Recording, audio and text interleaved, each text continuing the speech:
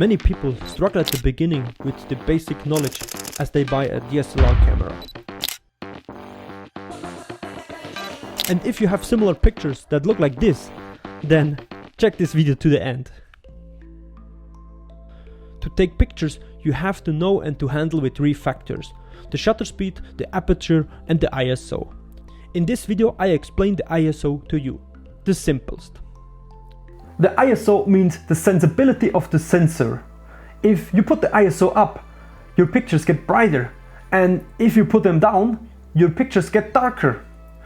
The easiest and simplest advice I can give you is get sure at the beginning from your settings that the ISO is always on 100, the deepest level of most cameras.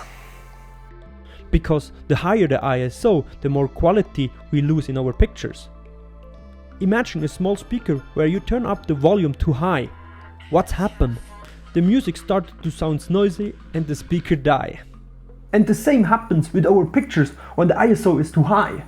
Of course, if you have a big camera with a big sensor, like for example the full frame camera from Sony, the Alpha 7S Mark II, which is in my opinion a night vision goggle, where you can put up the ISO up to 50,000 and the image looks still great.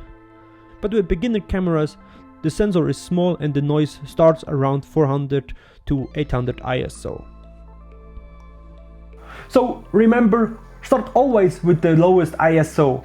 And if you didn't get enough light with your camera, with your aperture and the shutter speed, then only then choose a higher ISO. Or maybe you have to buy a light stronger lens or a flash.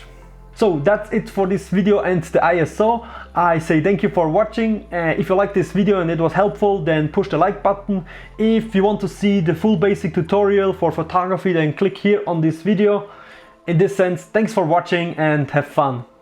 Bye guys.